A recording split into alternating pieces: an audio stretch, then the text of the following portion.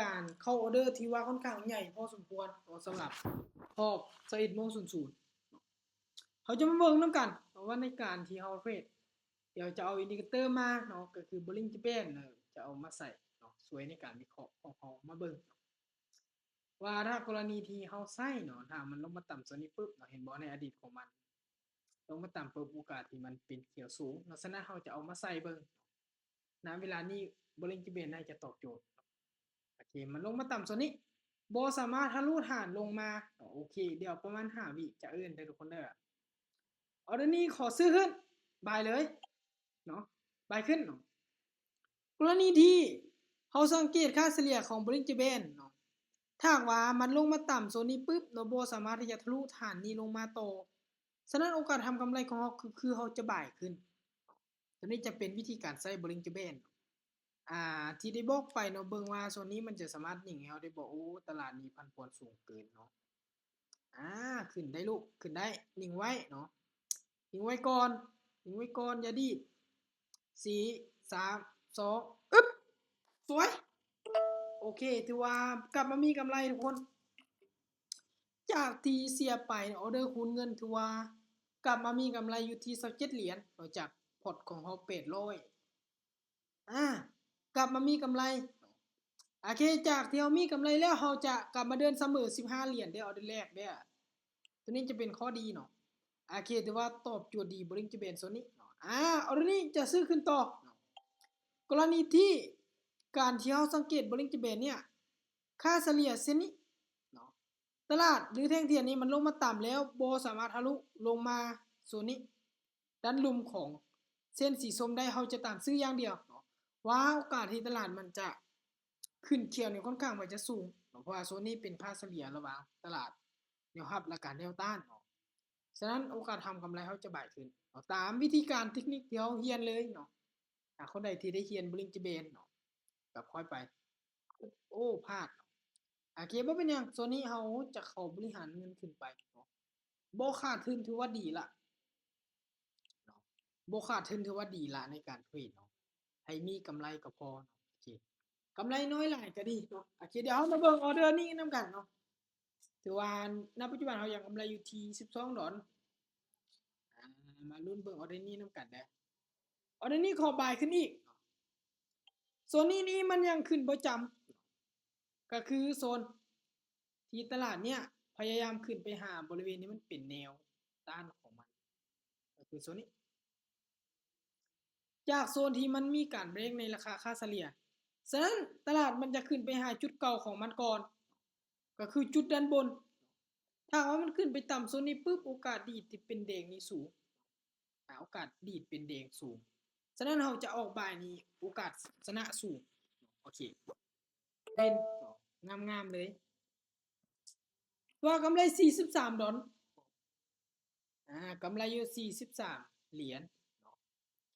เฮาจะไปต่อเนาะจะไปต่อจาก152ได้แล้วเฮาก็จะหยุดการเทรดเนาะ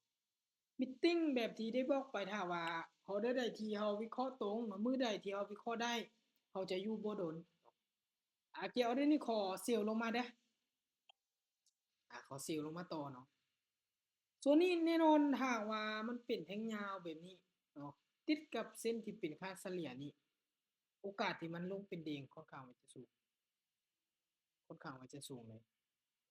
ก็มาลุ้นเบิ่งถ้าว่ามันมีการเบรกในเส้นอันนี้อีกถือว่าเป็นแดงอยู่ณปัจจุบันมาเบิ่งเนาะถ้าว่าลงมางามๆจากโซนนี้มันจะลงมาหาโซนเก่านี่เด้อจุดนี้ก็คือเส้นด้านลุ่มนี้เนาะทุกคนในการเข้าไส้ Bollinger Band ถือว่า Bollinger Band ไส้ณปัจจุบันนี้ตอบโจทย์เนาะคือเวลาณตลาดโซนนี้ถือว่าตอบโจทย์ดีคือได้บอกไปในการใช้อินดิเคเตอร์หรือแท่งเทียนทุกอย่างที่เฮาศึกษามาศึกษาหลายอินดิเคเตอร์ดีบ่ดีแต่เฮาต้องรู้ลิมิตในการใช้คือณปัจจุบันเฮาใช้แท่งเทียนมันบ่ตอบโจทย์เฮาจะใช้ Bollinger Band แล้วมันตอบโจทย์เฮาจะใช้ Bollinger Band ไปเกี่ยวเรื่องนี้ขอเซลลงมาต่อได้ทุกคนเด้อคนใดที่ตามก็ให้เบิ่งให้มันดีมีคนใดที่ว่าได้ออกได้ตามบ่มีคนใดที่ว่าเทรดตามบ่ให้มันนี่ถ้าว่าอ ออเดอร์ใดที่บ่ทันก็สามารถจะเปิดไมค์แล้วก็บอกได้ศึกษาเนาะศึกษาเป็นการดีเด้อเบิ่งแนวทางเนาะคือตัวนี้เนาะที่บอกไปคลิปวิดีโอค่อยก็เฮ็ดไปเนาะศึกษาหลายอินดิเคเตอร์ดีบ่ดีเลยเนาะจะดีหลายแต่เราต้องรู้ลิมิตในการใช้และช่วงเวลาการใช้ไปนำบ่ว่าเราจะศึกษาตัวใดก็ตามเนาะการลงทุนก็คือกัน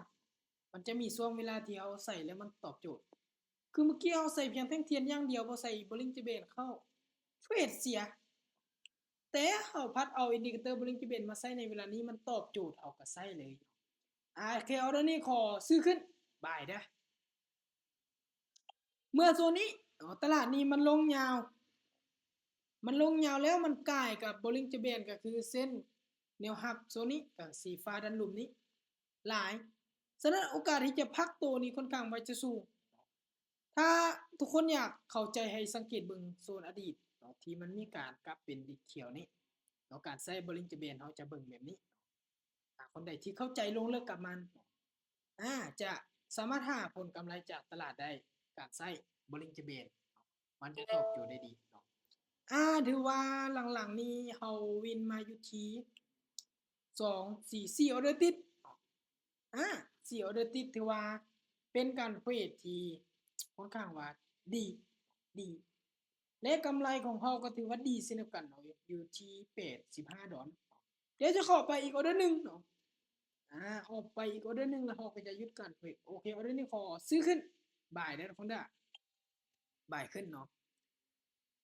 ในโซนนี้เนาะโอกาสลงหลายบ่ก็ค่อนข้างว่ายังมีหลายเนาะเพราะว่าโซนนี้มันยังลงบ่จำกับเส้นที่เป็นแนวรับของ Bollinger Band โซนนี้เทื่อฉะนั้นโอกาสที่ตลาดเป็นแดงนี่ค่อนข้างว่าจะสูงแต่เนาะมีแต่อีกแต่ถ้าหากว่าส่วนนี้แห่งซื้อณไส้เทียนสนะโอกาสทำกำไรของเราก็คือบาทก็คือเราซื้อนี่โอกาสจะมีกำไรนี้ก็สูงโอเควินมาหาได้ติดวินมาหาได้ติดคนใดที่ได้เข้ามาหลังๆนี้น่าจะมีกำไรคนใดที่เข้ามาหลังๆนี้น่าจะมีกำไรเลยคนใดที่ว่าเทรดมีกำไรสามารถสรุปนำกันให้เบิ่งได้เนาะนี่เฮามาเบิ่งประวัติการเทรดเนาะวินมาที่2 4 5ได้ติดหน่อย